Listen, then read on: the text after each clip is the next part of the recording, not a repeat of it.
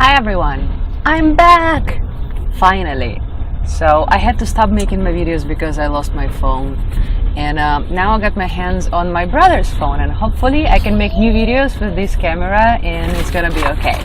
So, this year I'm gonna stay in Minsk till the end of summer, and I'm gonna try to make a playlist about how life is in Belarus. And I also will be traveling around. I'm gonna visit my relatives in Russia and in Ukraine, so I can make a couple of videos over there. And I know it might be boring for my friends who come from these countries, but for my other friends who've never been to Eastern Europe, never been to any of post-Soviet countries, I think it might be pretty interesting because some things are really different, alright? So if you have any suggestion about what I should be making videos about, just let me know and I'm gonna try to do it, okay? And our first item is trains. Railroad man, can you take me to San Fran? Can you take me down to Tennessee and across the Rio Grande? Can you take me up Mount Everest and into Disneyland? Can you get me there on time? Oh, can you do it, Railroad man? The train I'm on is called Kaliningrad Adler, and it departs from Kaliningrad, which is in an autonomous part of Russia, which is separated from the mainland Russia, and then crosses Lithuania, Belarus, and enters Russia again, and then goes all the way down south to Adler. So the whole journey takes about 50 hours, and my part would be about 36 hours. I got on in Minsk, and I'm gonna get off in Shakhty, which is a small stop next to Rostov-on-Don. The first thing you need to know about trains in all post-Soviet countries is there are two types of carriages for long distance travels.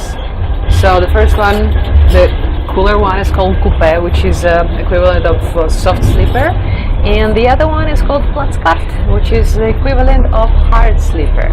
And my luxury carriage is a coupe carriage. So it has like compartments. As you can see, this carriage is quite empty, so you can easily see inside compartments when people can close the doors. And this is my compartment. Let's take a look. Oh, I have a baby and she is crying.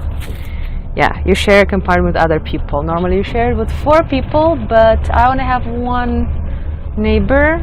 She's a mom and she's got a daughter. But for little babies like this, you don't need to book a separate ticket, so they can share bed like they are doing. And downside of traveling with babies, the baby has left. Let's take a look. The compartments are quite small, and each compartment in this type of carriage in coupe has 4 beds, 2 lower bunks and 2 upper bunks. And what is included in the price of your ticket is the mattress, the pillow, and the linen. The linen is usually 2 sheets, like this, pillowcase, and a small towel, hand towel. Okay, and well, here they give me a tablecloth because it's luxury. All right, and besides, they gave me slippers. Here they are, but I'm walking barefoot. Anyways, so here it has a table, and under the bunks there is some storage. As you can see, here's my suitcase, and here is nothing. Well, I can put my bag with provisions over there. I can tuck it under my bunk. Then they have some hangers for the clothes here. Then they have like small racks when you can put your shit. Also, they have personal lamps here, and this is the control for the radio. And this carriage has aircon, but I'm not sure what the regular air is. And here is the storage for the luggage of the higher bunks passengers. Besides, look at this. There is a small ladder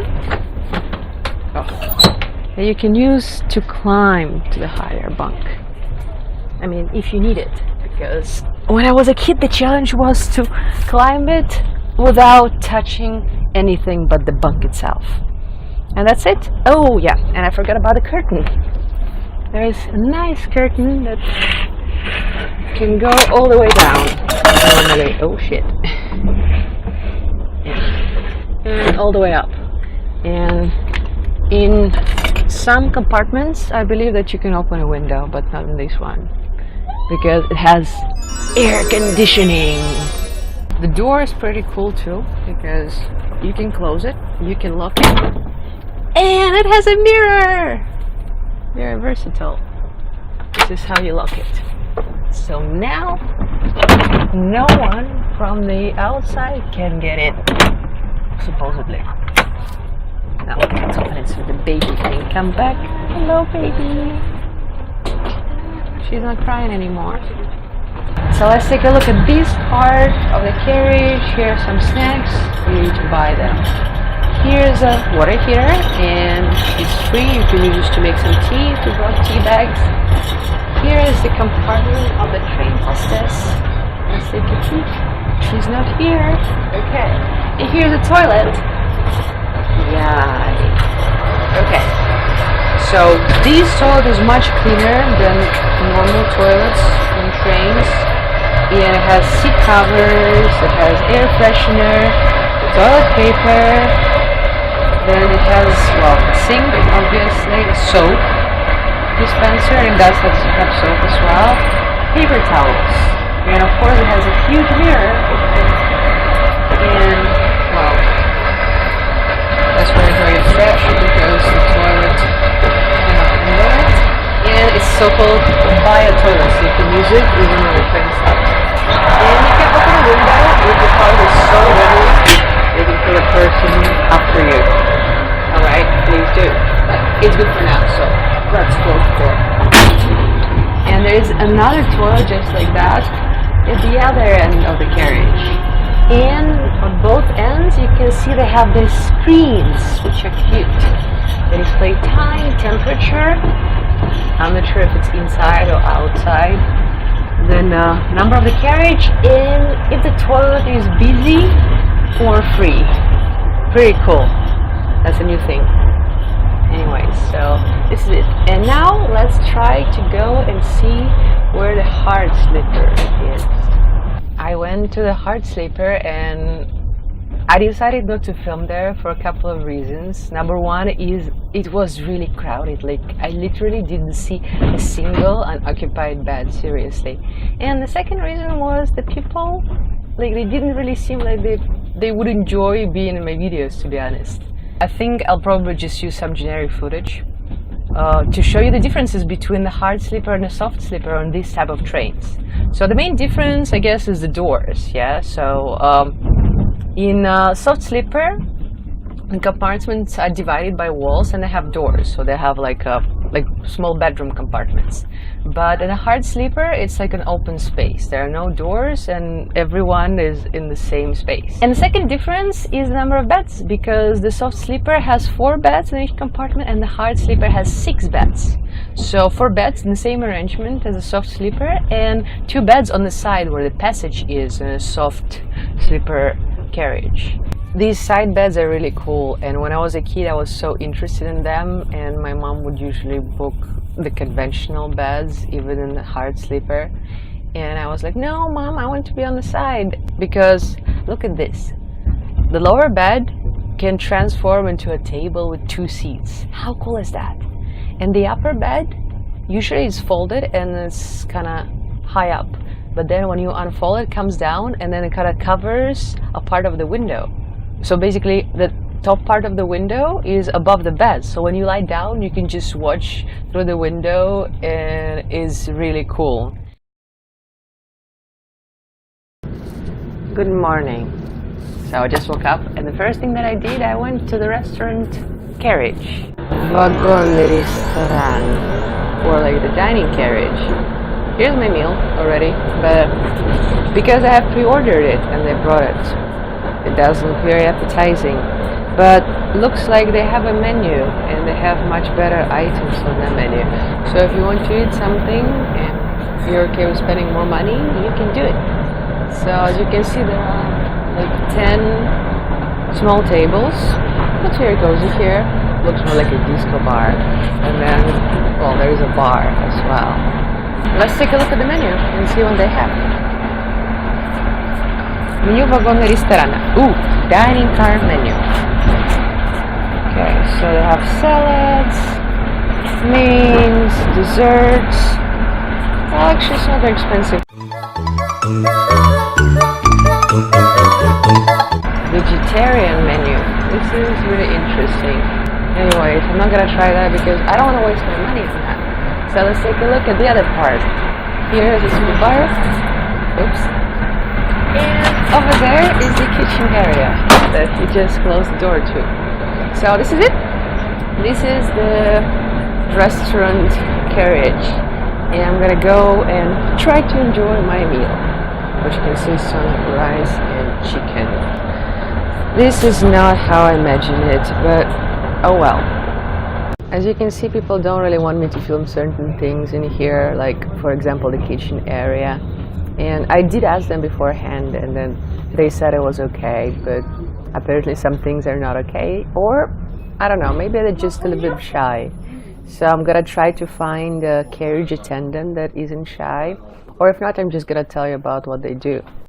I talked to my carriage's train assistant, and she told me that it's forbidden for them to be filmed. And she referred me to the train boss. It's like the chief of all personnel of the train. And she said that it's in fact not advisable for them to be in videos. So I'm just gonna tell you what they do then. The job of a train attendant is similar to the job of the flight attendant. They're the first person you see when you board the train. They need to check your ticket and your passport and make sure you're the same person. Then after you have boarded, they hand you the linen because it's included in the price of the ticket.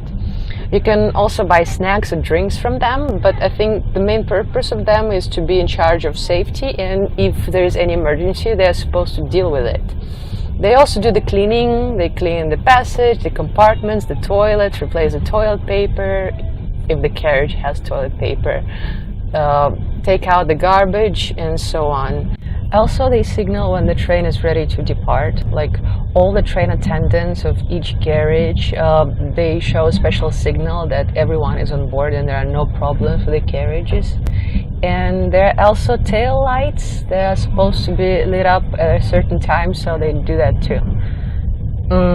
I'm pretty sure that I missed some of their duties, but this is like what I know in my experience, what I have noticed. My station is coming up in 40 minutes and it's time to undo my bed.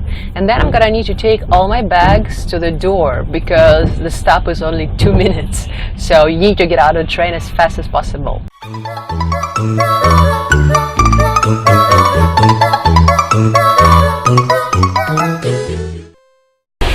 We are finally arriving at Shakhty. Thank you for sharing my journey with me. If you enjoyed it, please like the video, subscribe to my channel, or leave me a comment. Also, if you have any suggestions about my upcoming videos, please let me know. I'll see you soon. Bye!